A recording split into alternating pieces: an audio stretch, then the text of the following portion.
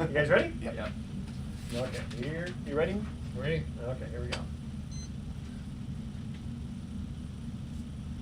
Welcome, you're listening to the Best of Investing on News Talk 910, sponsored by Pacific Trade Exchange, your best in trade. This is the show where we present valuable information about real estate, the financial markets, and other economic business of the day. For those of you listening for the first time, here's our format. A few guys sitting around a bar having drinks without the drinks, talking business with you, the audience, listening in. I'm your host, Edward Brown, and I'm honored to have as my co-host Mark Hanf of Pacific Private Money, California's fastest growing private lender, and Brian Burke of Praxis Capital. Our phone number is 888-912-1190. Write that number down, 888-912-1190, because you're going to use that number to answer the trivia questions for 3 vacations given away during each commercial break. That's right, we're giving away 9 vacations during this show. The vacations are sponsored by Lighthouse Resort and Marina, which is located 1 hour northeast of San Francisco, and the vacations are free. They're only request a $75 cleaning fee to cover housekeeping expenses. Their website is lighthouse4fun.com. You can reach them at 916-777-5511.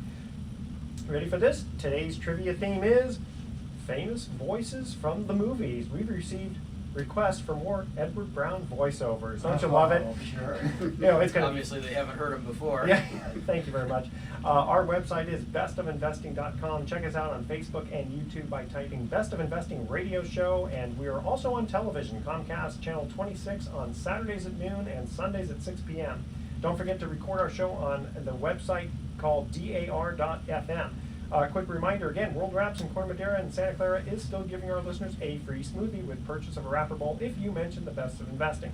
Now, today's special guest is Mitchell Brooks, and Mitchell Brooks is a managing partner for Resolute Security Group. He's had 27 years of corporate security management and law enforcement experience, and has been a global leader in providing security services to a host of Fortune 100 companies. During his tenure in law enforcement, he served as a detective, canine officer, and field training officer, and is recognized as an expert in specialized training in the areas of narcotics, investigations, and woof woof canine procedures. Mitchell, welcome to the Best of Investing. Thank you. All right. Well, interesting business that you're in, and I'm just curious, how do you get into such a business? It seems like that would be something that would be interesting to a lot of people, but hard to crack into. No, it's not necessarily hard to crack into. You just have to have a desire to be in security. You know, law enforcement helps. A lot of people that are in the private security realm are from the law enforcement background types, but we do have a lot of people in our field now that are actually just private citizens, and there's actually classes now at different colleges for security management.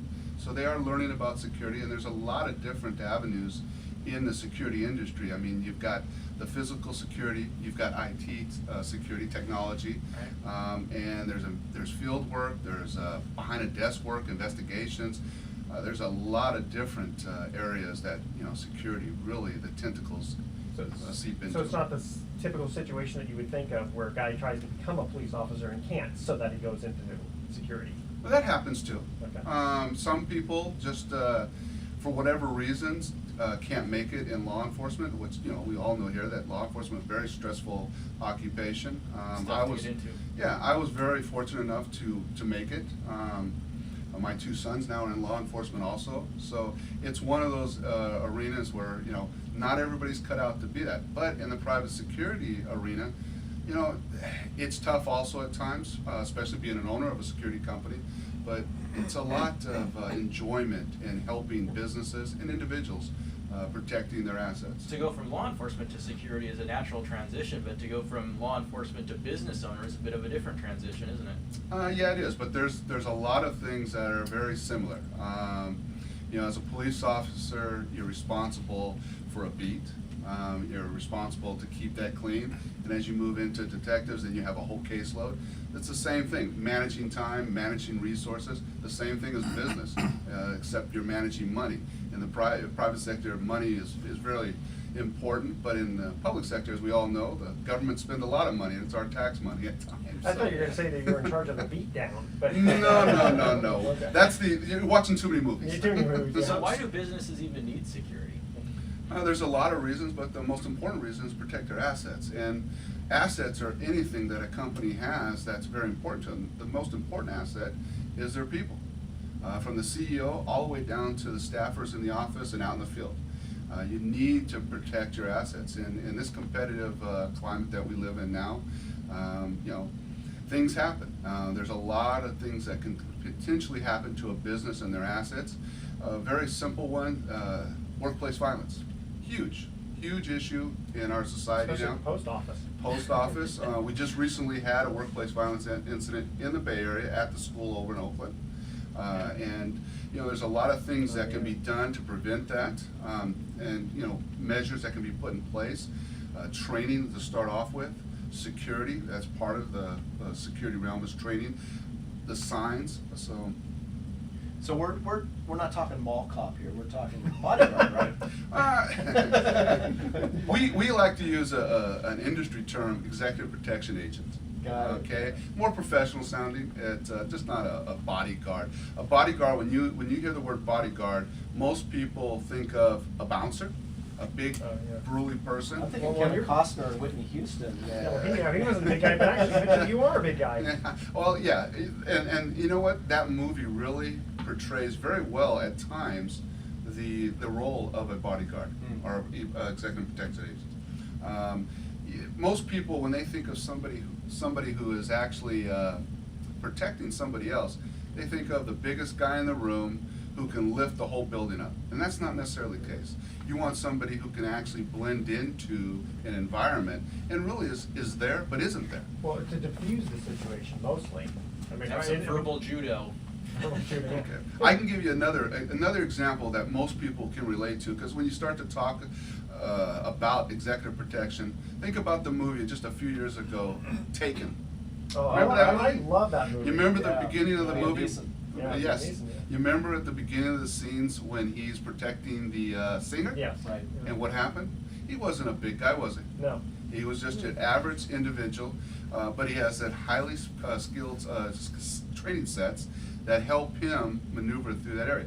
But he also had a law enforcement background. He was a federal covert op, basically. So on executive protection, are we talking mostly celebrities or just other high-ranking corporate executive types? No, not actually. I learned a lot when I was in the police department. I went to a few schools as far as dignitary protection put on by the Department of Justice. Dignitary, I like that. Yeah, but it's just not, protection's not for just your CEO or a VIP person.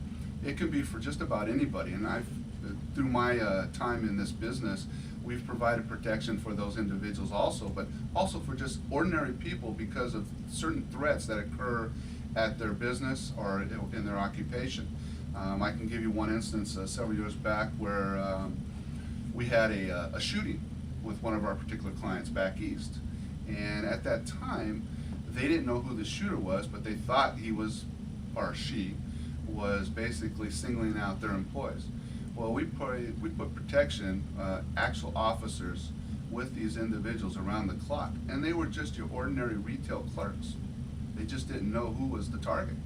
So, and that went on for about 3 weeks, and finally the police were able to solve it. But it's just not for CEOs.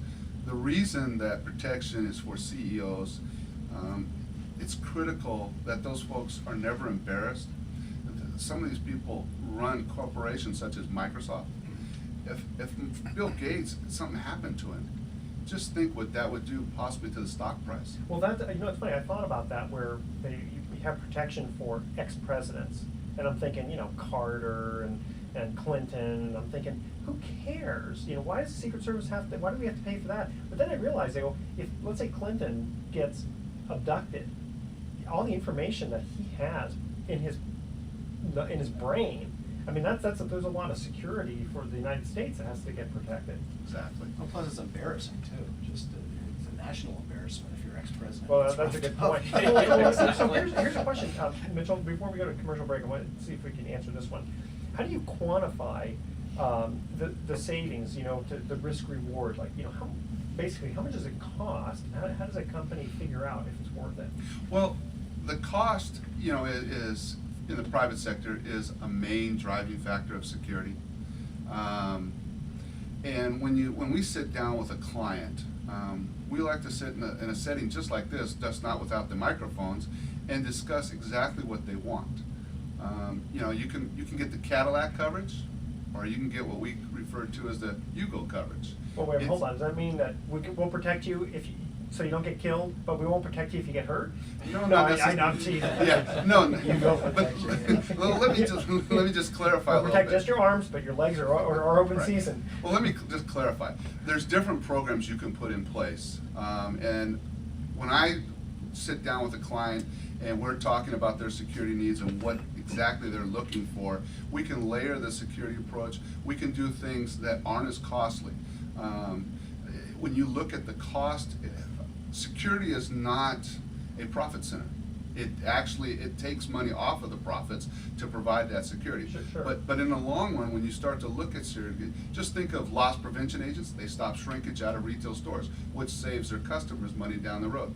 Think of cameras, surveillance cameras in a grocery store. Let's say you have slip and falls, workers' comp. If you can show Sure. that something didn't occur, that camera just saved you money. There's a lot of different access control systems to keep people out of buildings. So there's a lot of Okay, we're avenues. going to continue this more with Mitchell Brooks, who's quite the awesome expert in security here. We're going to go to our first commercial break, and here's our first trivia question. Again, we are talking about, what are we talking about here? We're talking about trivia. The trivia theme is famous voices from the movies. Ready? In the movie 2001, A Space Odyssey, what was the name of the computer that would say, Dave, just what do you think you're doing, Dave? The first 3 callers with the correct answer win a free 3-day, 2-night stay at the Lighthouse Resort. Their website is lighthouse4fun.com. Call 888-912-1190. That's 888-912-1190 to answer this question. In the movie 2001, A Space Odyssey, what was the name of the computer that would say, Dave, just what do you think you're doing, Dave? 888-912-1190. Make sure to include your name, your email address, and speak slowly and spell out each part of your email address for us. And later on, we're going to announce the special winner of the trivia contest, and we will be right back. Excellent. Cool. Having fun so far? How did I do? You did very well. Very good. Yep. Very good. All right, so what else can we get into that's exciting? I guess we'll have to get into some stories. Some huh? stories, yeah. Very good. Yeah, we can do stories. I mean, I try to tie everything into what we do. I like to put a nice spin on security. Security most people look at security, especially the business people, and they think it's the dreaded evil. And it really isn't. I mean, security can help businesses in a lot of different ways. And because I came from law enforcement, when you call a police officer to help you, you can't tell the police officer, go away, I'm gonna call another police officer. Yeah. You're stuck with that person or people. When in our business, we have to provide a service and they have to like us and we have to make it cost effective. Now, Yeah. I can tell you, we will, and I've done it, if we get a call and let's say somebody has a threat in their business and we say, look, this is how it should be handled and we recommend this, this, and this, and they say, well, really, we have to cut some costs and we don't want to spend that. We said, that's fine. Here's a number to another company that'll do it and take the risk. Our job is to mitigate their risk. And we also at the same time have to mitigate our risk because we have employees that we put out there. Very rarely do we have shootings, but they do occur in this industry with private security officers and also with executive protection agents. Before you go on, when I was a police officer in Richmond, and this is just to show you how bad the government is at times, in Richmond we had an incident where a housing authority, they had an employee they were going to terminate. They had worries about this person. They called the police department and said, hey, we'd like to have 2 officers waiting outside, out in the parking lot. And nobody followed any further. Well, when that person came in, they had a backpack, they had a gun in the backpack. They terminated the person and they let the person walk back to their office without any escort. Came back, they started shooting people. Officers are outside. The only reason the person didn't shoot any more people was that his gun was a semi-automatic. It's stovepiped. I don't know if you guys know what that is. Yeah. It's stovepiped because it was dirty. He threw the gun out the window and he just stood there and waited for the police to come in and arrest him. So there's, Well, look what happened. They just got rid of Ralph Barbieri. Ralph Yeah. Barbieri. they walked him out. Yeah, I mean, they literally, because the computer and all that kind of stuff, and just like an immediate boom, Well, and a lot of businesses use security, they use plainclothes security, not necessarily armed, but when they're doing these workplace reduction in forces. So that's a big thing, unfortunately. Now it's been really big the last several years. But there's a lot of different things, and stories, I mean, you know, think about I guess it was last year, but back in London, it was broadcast live when the guy for Fox, the owner of Fox, or the chairman, Rupert Murdoch, when he was testifying, what happened? Somebody got into that hearing and attacked him. There was, the Bobbies were there and his private security was there, but they were able to get that close. And what security does in the private sector is we're their added layer of security. We walk, most of your big CEOs, they have a protection detail. They blend in well, and then when they come to areas like this, they supplement that with private security. When my wife graduated from Mills College, they had Nancy Pelosi and Barbara Lee speaking there. And you look up and on the rooftop, you can see Secret Service agents, and then who knows how many people were in there. But Yeah. you just wonder, like, you know, when the president goes out and makes a speech, you know, I don't care if he's popular or not, there's gonna be some whack jobs out there, and it seems a lot easier to knock somebody off. Well, we just, like I was telling you that last time we met, we just purchased a company in Boston. And we just, it finalized on Tuesday. Already this week, we're providing protection services for a princess from Saudi Arabia in Washington DC. We just got a detail down in Boston actually next week. It's the graduation season. They need 40 plainclothes people for that. How much does it cost? It varies depending, but we try to be efficient and reasonable, but what we're charging is $55 an hour for an officer, $65 for the supervisor, and usually when we put 40 officers out, well, what we call a project manager, one guy who oversees, he's $75 an hour. And then any parking costs. There's some companies out there, you guys, have you ever heard of Kroll? Yeah. Kroll's out of New York, they're huge, okay, and they charge for consulting services, sometimes $350, $400 an hour. Okay, investigation, there's huge. Now, the guys you see sitting downstairs or standing downstairs, those officers, they're probably anywhere from $18 to $23 an hour, and they're probably paying them $11 or $12 an hour. Oh, Yeah. Well, hey, you get to wear a gun. But, Yeah. see, but. You gotta pay nannies $20 an hour. Yeah. I don't get that. And they don't get to See, wear a the, gun. the, Yeah. the difference is you want critical thinkers. When somebody Yeah. carries a gun, I don't know, do you guys shoot at all? I know. I used to be a police officer. Okay, so Did you you understand. really? You I didn't know understand, that. when somebody's carrying a gun, it's just not the point of pulling your gun out and shooting. You gotta understand what's behind you. Okay, there's other things, but what's your sight picture? Do you know how to tactically use your gun? Okay? There's a lot of things, and when you put a gun in the hands of a security officer, just a basic security officer, in the state of California, they get what they call BSI, is training, Bureau of Security Investigative Services. It's a state agency. They get 40 hours of training. 16 hours is a different class for a gun. So, Jeez. where were you caught at? Where? Rutherford? Okay. Sonoma County? Yeah, I know exactly where it is. I did. You guys have State Farm up there? Mhm. I did. I was out in that parking lot for a month for a workplace violence. How long, Oh, how long jeez. did you work? I worked there for 14 years. Really? Yeah. Say, you had 14 just like me. What got you out of it? The private equity business. Yeah, It's a I little- retired it was- medical. I got It was more lucrative. my knee. Oh yeah, no, I was buying, fixing, and reselling houses in the daytime and working the swing shift. Yeah, well, heck, maybe he could teach me how to get in this side of the business. Yeah, that's true. And then finally, I was making more selling houses than I was working the swing shift. Well, sure. So, Okay, you guys ready? Yep. yep. All right. Oh yeah, we'll get into the stories. Ready? Here we go. Well, welcome back to the Best of Investing. I'm Edward Brown, your host, along with Mark Hunt and Brian Burke. And when we went to the first commercial break, we asked this first trivia question. In the movie 2001, A Space Odyssey, what was the name of the computer that would say, Dave, just what do you think you're doing, Dave? Everyone, what's the answer? Dave's not here. Oh. I don't have the first clue. You didn't, You don't no know? sports, no movies? Really? Come on. No. Wow, very good. All right. What did HAL stand for? Oh. Was it an acronym for something? I don't know. I guess it probably was. Well, we'll think about that at break time. Is that part of the question? Yeah. And Mitchell, you were Yes. talking about being you own a security company. Give us some fun stories on radio here. Well, one of the things about private security is you don't want any fun stories, but You know, I have a few.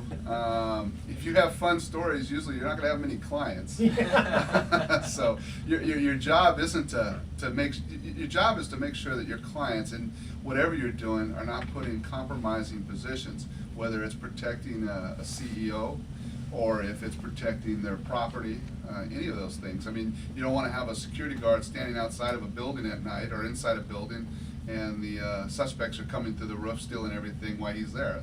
That's kind of embarrassing. That's kind of bad. Or like the Seinfeld episode where George gets the guy a chair. Yes. Remember, he sleeps in the chair Yeah. while the. There you go. And that actually, believe it or not, we do use that example because we have some clients, because when you put somebody on site with a client, they usually develop a bond. They try to take care of the person and make their environment as comfortable as possible. And we always have clients calling us about, well, can they sit down? And we are always telling them, no. No, you give them the most uncomfortable Yeah. shoes, so that Yeah. they have to keep walking around. You know, one of the things is, and you know, when you're in law enforcement, first thing that happens when you're in training session, you're watching a video, you sit down, your eyes close. That's usually how it Right. goes, right? Yeah. So that's kind of how it goes in the private sector also with our guards. So we always tell them no, but you know, the client, you know, always insists. So, but as far as funny stories go, you know, we've had a few instances. Like I said, I recall one over in the city. We were doing a protection job, and it was a number of agents. It was a model who was very popular, you know, beautiful lady, and she married another actor. And a gentleman by the name of Bono came to the front door, and I was running the detail. The job was nobody could get into the reception unless they were on the list. If you weren't on the list, you basically were staying out. Well, this gentleman, Bono, comes up, and the officer, he comes up and says, I'd like to go in. And the guy, the officer, basically the security agent goes, what's your name? And he goes, Bono. And he goes, well, who's Bono?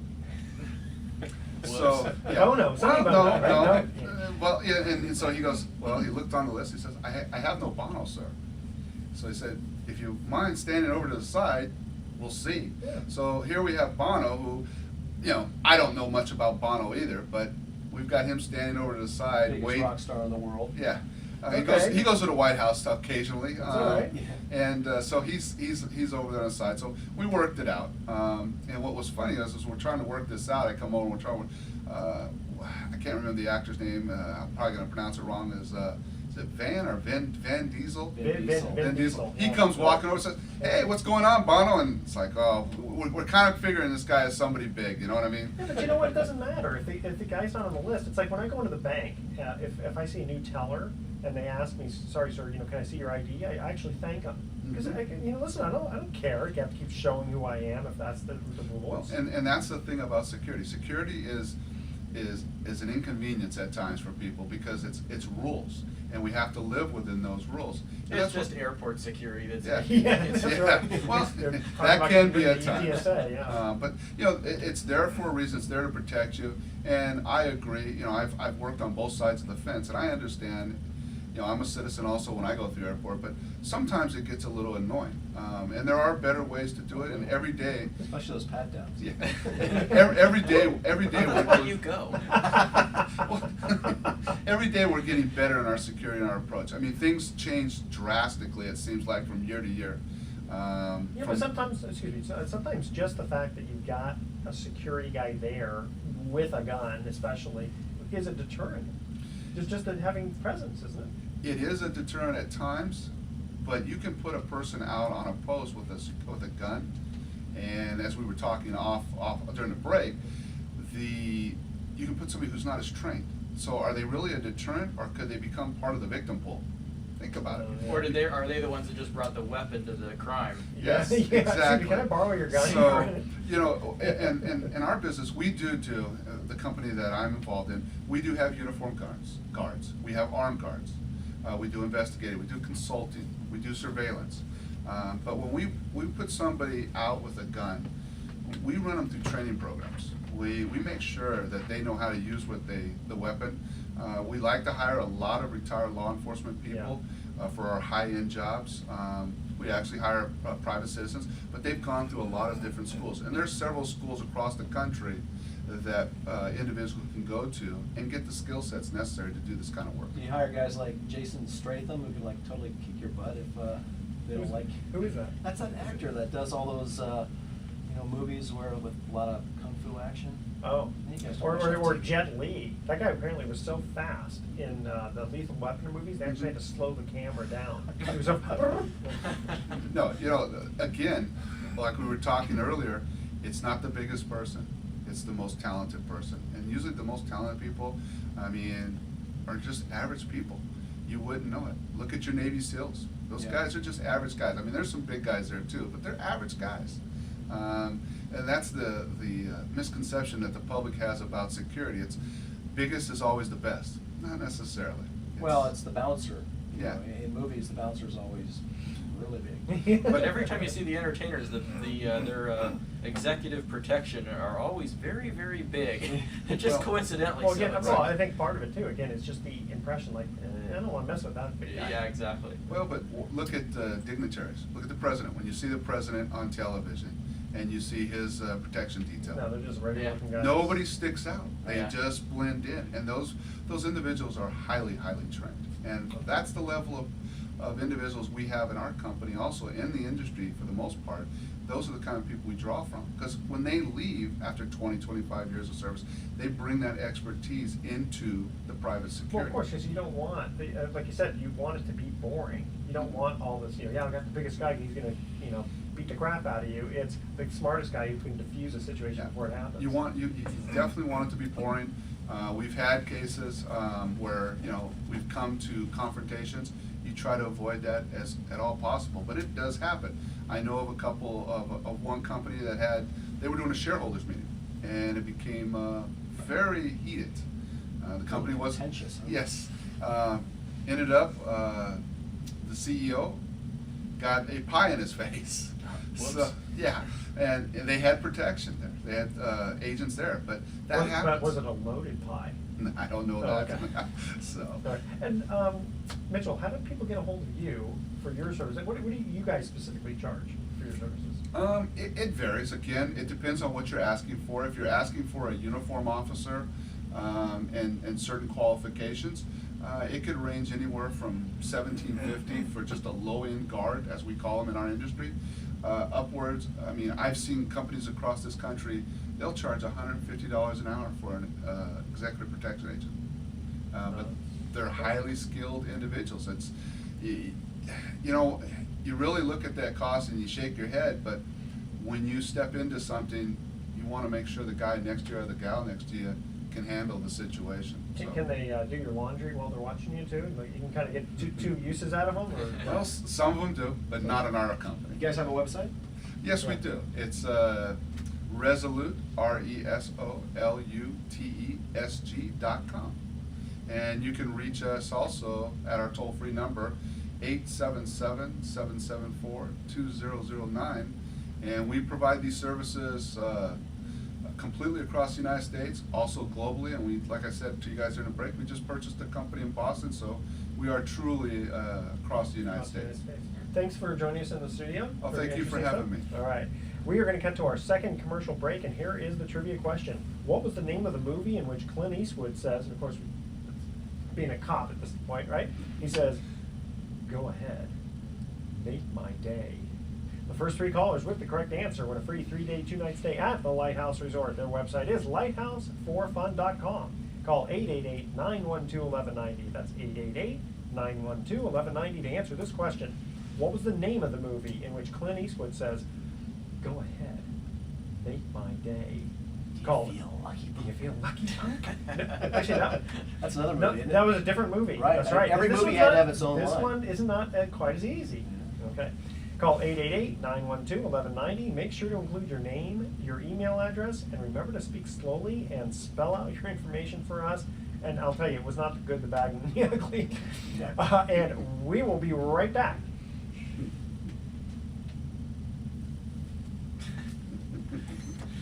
Well, thank you for having me. Thank you very much, Mitchell.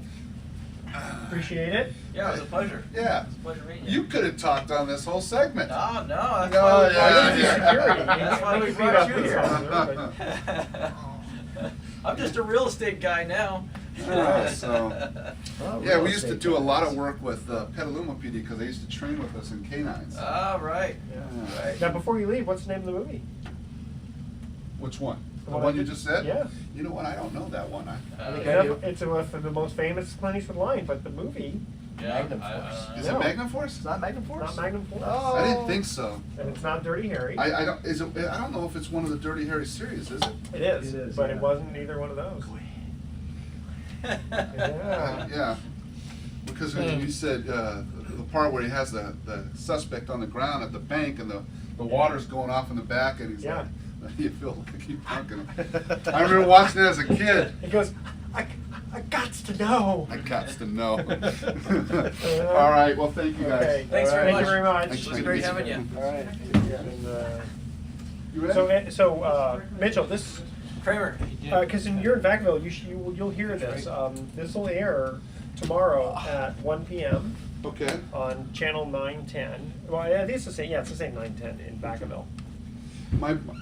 I gave you a business card, but I'll give these two guys. Okay. You want another one or no? Oh, yeah. thank you. Awesome, Sure. thanks. Yeah, we'd like Great, to thank you keep very it. much. And any business you can refer our way, great. Absolutely.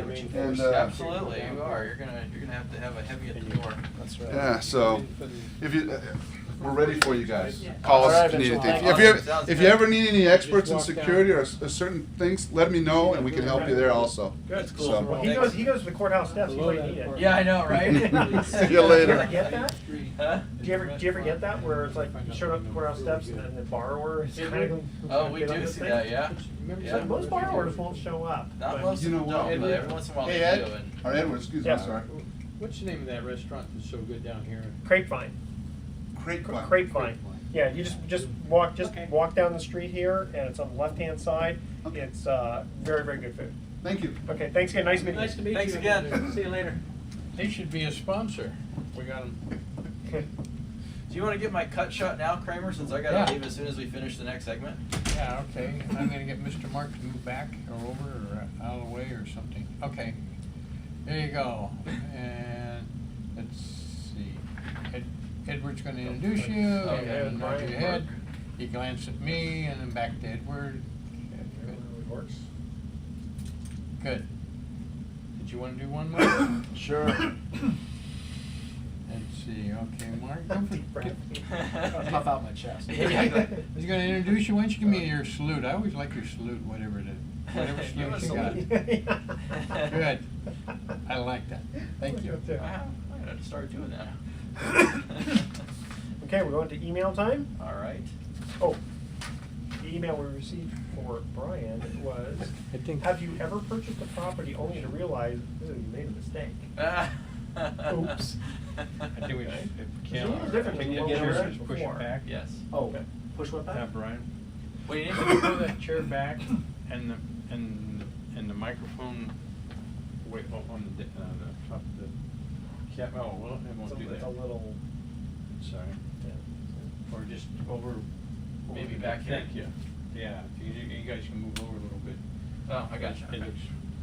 Looks a little bit better. Looks Yeah, a little more we'll get- natural than having. We'll get more natural, thank you. Okay, that works. More better. Mo better? Mo better. More better. All You're right. gonna have to move the camera then. Now I gotta move this camera, yep.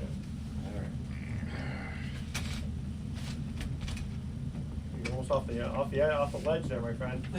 I mean, You got- Kramer's. I never have a leg to stand You on. better check your tripod there. Whoops. And Mark, the one we received for you is, how do I know if you give me a commitment that you will actually fund the loan? Yeah. Okay.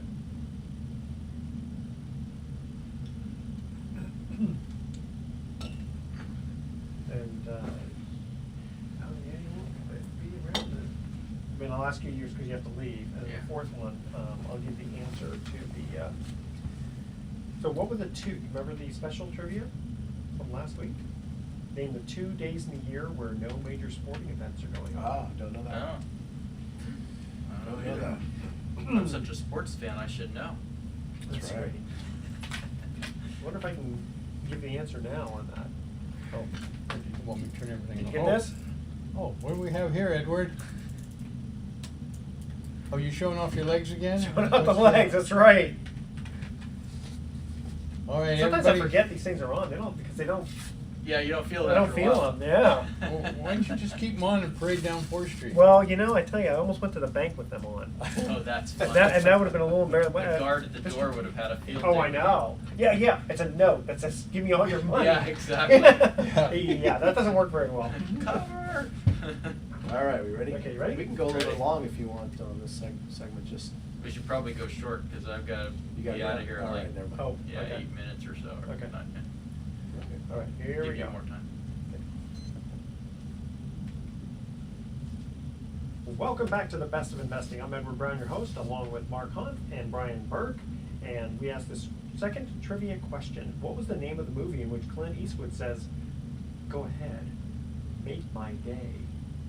Gentlemen? Well, I thought it was Magnum Force. It's not. I thought it was some Dirty Harry movie. It is, but it's not Dirty Harry, though. Ah, The original. see. It is Sudden Impact. Oh, That's right. Okay.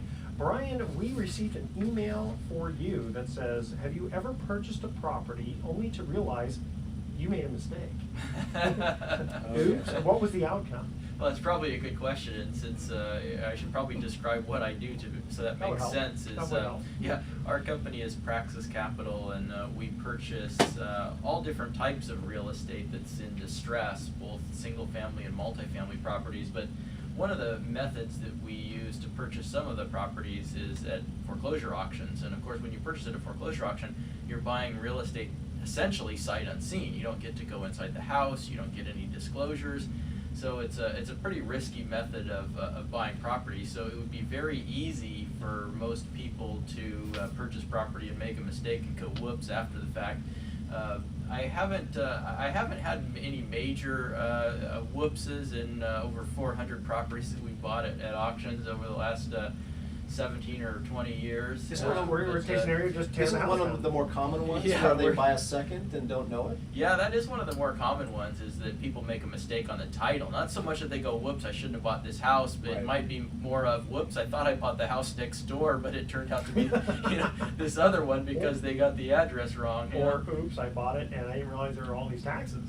Tax liens, property taxes, a first mortgage, and they just bought it on a second mortgage, and now they have to pay the first off. I've seen that happen a couple times where, you got, let's say, a $200,000 house, and somebody buys it for $50,000 and says, I knew it, they told me on late night TV I could do this, and I just did it, and I just bought this $200,000 house for $50,000, and they don't realize, oh, it has a $200,000 first, I really paid $250,000 for the $200,000 house. So that's the type of thing we see usually as a whoops, but. But how do you protect yourself Well, against it? You get title well, insurance. oh, You well, do you title can't get report, title right? insurance. So Title what report, we I mean. do is we research our own title, and we research it by hand. So we go through county records on every property, and we look at the condition of the title, and we make notes on the condition of the title.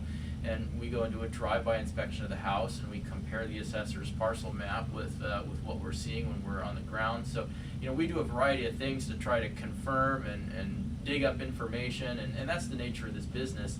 A lot of people don't understand that. They think that buying properties at a foreclosure auction is similar to buying properties from a real estate broker, where you get disclosures and you get title insurance and you get an escrow company, and when you're buying at auctions you get none of that. Essentially, you turn over a cashier's check for the amount of your purchase, and you now own the title to that house in the state that the lender had it, and that's all you've got. And you have to pay all cash for 100%.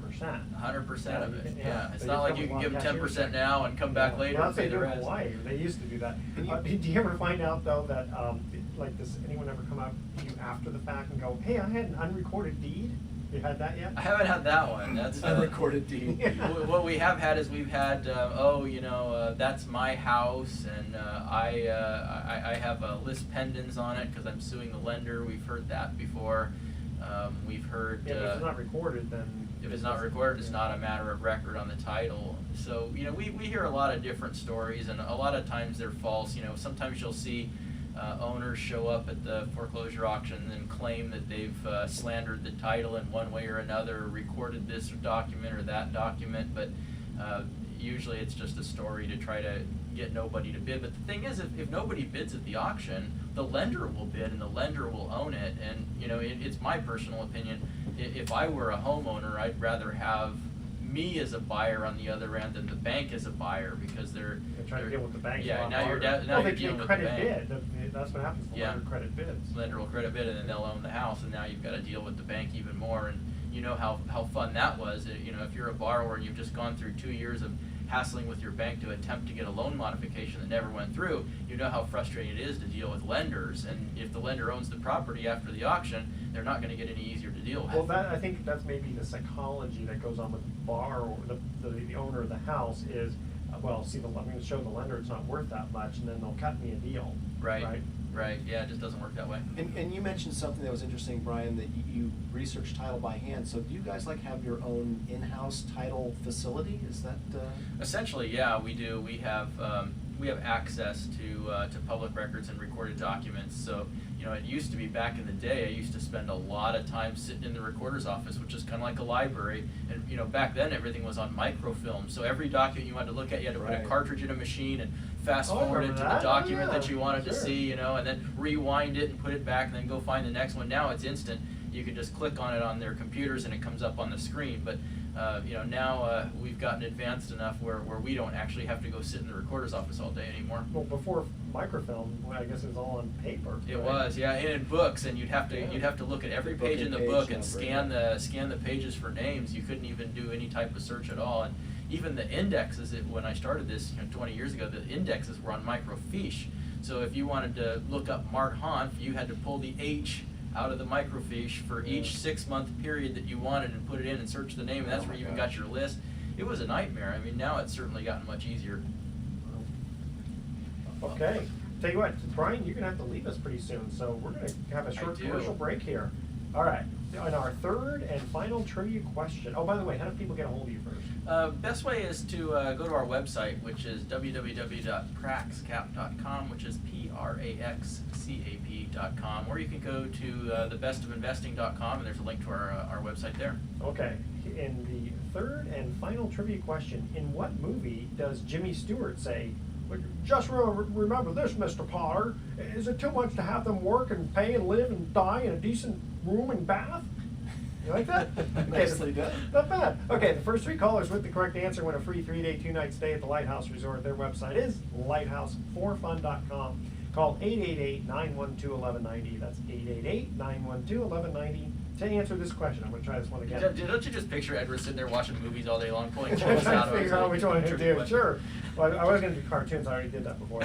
In what movie does Jimmy Stewart say, "Just remember this, Mr. Potter, is it too much to have them work and pay and live and die in a couple of decent rooms and a bath?" Yeah, that's not bad, actually. Not bad. Okay. What? Make sure to include your name and your email address, and make sure to speak slowly and please spell out each letter of your email. Information for us, and we will be right back.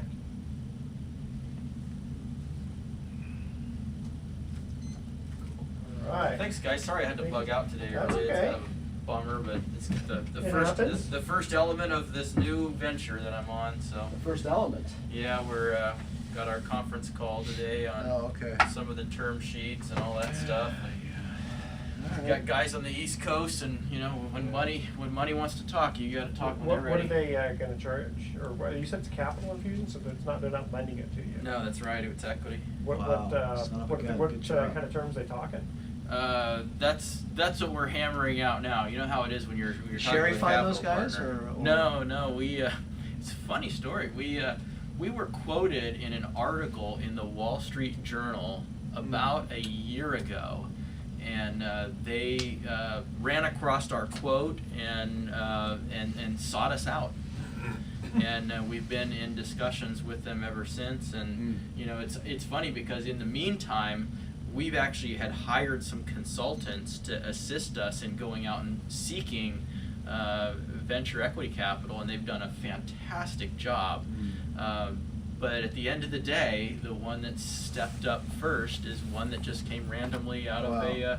a quote in the Wall Street Journal. So Son it's of a kind gun. of Yeah, it's you kind of never- interesting. I don't know. You never know in life how things Yep. you know come about. So, Mark, All right, I good will to see see you, you. bud. All right, Okay, have good fun luck. at the conference next week. Thanks. Okay, and we'll All see you right. next week. Okay. Great, thanks a lot. I will send you an email. I might need to do it like a little bit later. I don't know if we can do that, or because I've got a 12 o'clock, and then I'd have to be able to get down here. So I mean, maybe I'll send you an email and we can collaborate Okay. on whether or not maybe we shift it to another day or bump the time love up. it. I don't know. I'll send you an email and let you know what my schedule looks like, and then you can kind of see what works and what doesn't, Okay. and we'll work it out. Thank Send you. me an email too. All 'Cause I right. never get any. I know you never get one from me. Yeah. Oh, you know what? I better grab my water and my little article that you. Oh, sent out yeah, for me. if you don't grab your article, I know you'll have me on my case. Yeah. All right, Edward. I'll see you. Bye-bye. Okay. Take Bye, care. Mark. Bye, Craig. Bye, see you later. Okay. See ya. It's just you and me. You and me, kiddo. Talking news of the day. Awesome. So what was the name of the town? What was what? What was the name of the town in the movie? I can't tell you that yet. Potterville. I know, but Well, you can tell me that now. We're not on Oh, the radio. okay. Potter. Oh, gosh. Okay. Got that yawn out of the Actually, way. it works out pretty well because I got to give the Oh, yeah? the winner here. Sometimes win. You want nothing and you'll like it. Okay, I like nothing, then I'll like it. Okay, so how about when I come back, I'll do this trivia question, then I'll do the winner of the other trivia, and Sounds then we'll good. get into your email. Yep. Okay. Oh, time out. Tito.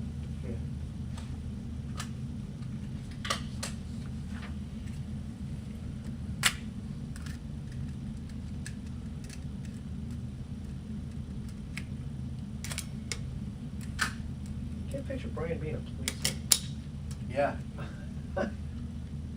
Brother Park. Yeah, I was just gonna say that. That's one step up from, Santa Rosa. I'm sorry. Hey, he might have been DJ Wallace. Come on. Let it rip, boss. Rolling. All right, Ride. Okay, here we go, boss.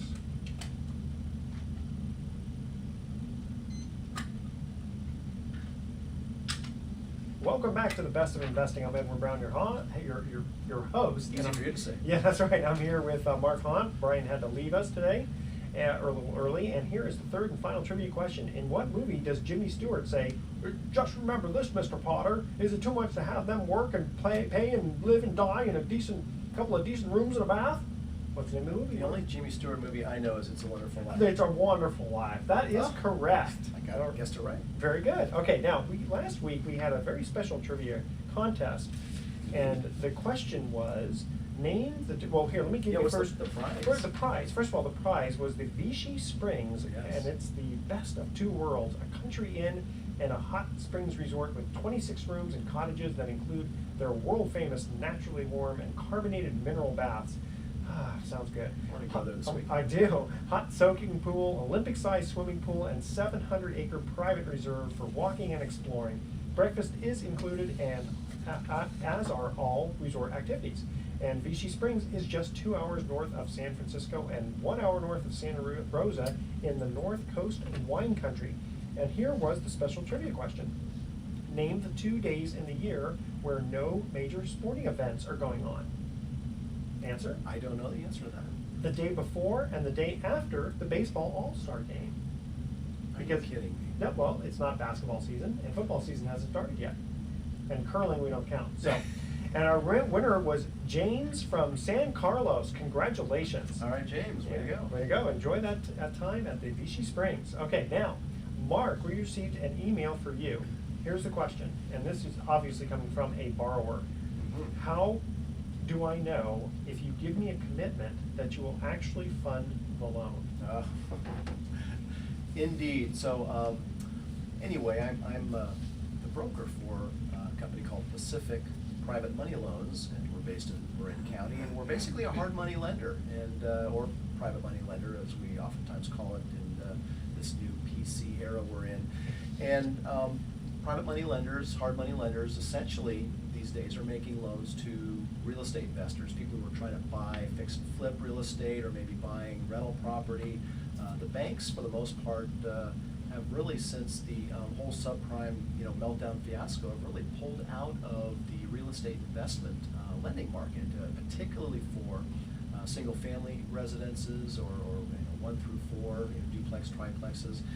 And if you're a real estate investor out there, you know, that's probably the market you're looking at in the Bay Area is, you know, how can I buy some bank-owned property, maybe fix it and flip it for profit, or maybe I like the fact that rents are really super strong right now, and so I want to buy some rental property because, you know, real estate in the long run is always a great investment. I mean, you get depreciation, you get to write off your interest, and ultimately there's going to be appreciation again, you know, one of these days, right? Eventually, sure. You know, eventually. So the question is, you know, and I get this from borrowers all the time, is, you know, can you make me a funding commitment? And here's the interesting thing about the private money and hard money lending industry today. It used to be years ago that many hard money lenders used a mortgage fund from which to lend from. So, and what that meant, if you have access to a fund and someone calls you for a loan, it's really easy for you to make a commitment right away. Or at least as soon as you've reviewed the borrower's application, you can pretty much make a commitment. Well, funds have largely fallen out of favor among investors, not real estate investors, but the private money investors, the people who are putting their money up to make those loans. Oftentimes they don't like investing in funds these days because a lot of funds lost money, and in fact there are some non-performing funds still right now in existence where people have their money kind of frozen. They can't get to it. The reason for that is because they made loans and the real estate market bubble popped, and so now those, like many other real estate, those loans are upside down. So nowadays, I would say most private lenders, like Pacific Private Money, use individual lenders to fund their loans, and so it makes it a little bit challenging because it's not our money that we're lending out, it's investor money. So we become nowadays a matchmaker, and by that I mean we market for loan applications, largely from experienced real estate investors, and then we match those up with our stable of private lenders, and right now we've got close to 300 private lenders. Well, you've grown quite a bit. Yeah, I won't call it a pool of lenders because, again, I don't want to confuse it with a pool. mortgage pool, but we've got about, well, actually including people in our newsletter distributions, we've got over 300, and at any given time, there's always going to be someone who's liquid and looking. That's kind of what we refer to that as, someone who's, excuse me, who likes to invest in trust deed secured notes, which is what we call the funding side of the equation. And for that, they get great interest rates on their savings, 8 to 10% on average. So, you know, our track record is as good as our ability to basically say, we want to do the loan, and you know, give us 24, 48 hours to get a funding commitment. So generally speaking, it just takes us a couple of days once we've got the loan application in to get those funding commitments. But it's not a promise. It's not like we're not a bank, so we can't go to the federal funds window and, you know, start the printing presses up. So it is a best efforts situation. Well, but has there ever been a time when you given a commitment that you weren't able to fund? you know, I'd be lying if I said no. You know, Okay. because we do a lot of loans. We're on an annualized basis right now doing 200 loans a year. We've been doing it now for our 4th year. So, you know, I can't say we've never left someone at the altar, but I will say it hasn't been our fault. And it's generally, the one time that I can think of that's happened in the last 6 months, it happened because the borrower didn't tell us everything that we needed to know. And some if the information borrower came can of get- light at yeah, the very, that's- very end, and there was moving parts, and so we actually had a commitment, but then something came up, and Yeah, that doesn't count. Yeah. Because, you know, if they don't tell you, I guess what I'm reading from this email is basically, you know, someone who is, let's say, really honest, Mhm. and he wants a loan from you. Yeah. Has there ever been a situation where you said, yeah, we're gonna get you this loan, and then you guys didn't come through for some reason? No, Okay, the only that's time, the only fine. time we've failed to fund a loan is when there's been so much hair on the deal, as we sometimes refer to it in this business, that there, you know, sometimes it's the borrower just, you know, I want a hard money loan and I don't want to give you any information, so it's. Well, yeah, kinda- yeah, that's totally different. I mean, if You're the borrower pulling comes, teeth, yeah, if the yeah. borrower comes and tells you ahead of time, look, it's got all this hair on it, Mhm. you can decide, the answer is no, we're not gonna give you a loan. Yeah. But once you've said yes, as long as the borrower hasn't, surprised you with anything else, you've always funded.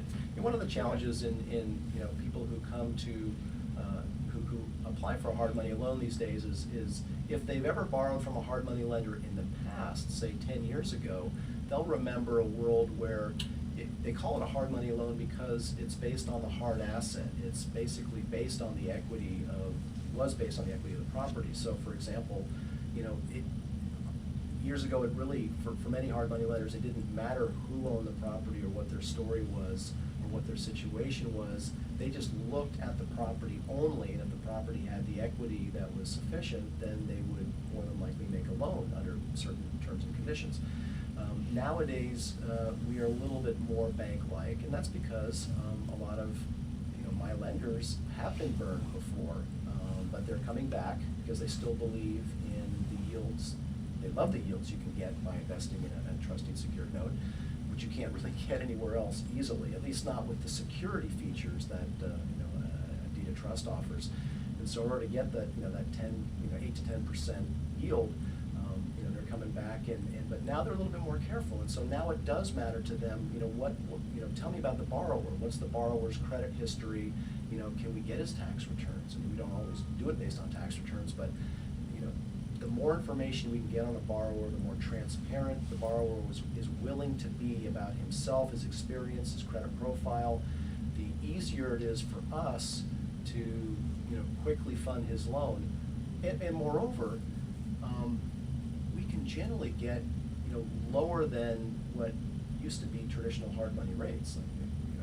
12, Yeah, 14%. right, 12, 13, 14% was fairly normal for a no questions asked hard money loan. Well, nowadays we're if the borrower has a high FICO and is willing to share his financial information, oftentimes we can offer interest rates that are more compelling. So for example, it's not unusual today for us to make a single digit note rate. So in other words, 2%. No, I'm just kidding. Gosh, I wish. Yeah. I wouldn't know how to make any money on Yeah. that. At least I won't be able to pay my Borrower, investors yeah. any money. But we're doing we're closing on an 8.5% commercial loan next week.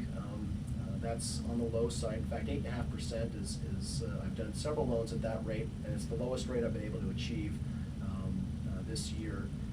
But it's generally when it's well below 50% loan to value, and there's a strong borrower or a very compelling story or a very compelling exit strategy. I mean, there's some combination of factors that make that loan so compelling that the risk is really, it's really defined. You really define the risk. The parameters, the risk parameters, are very easy to judge, and so it's almost like a no-brainer, as we like to call it. Okay, well, how do people get a hold of you if they want to borrow money or if they want to invest with you?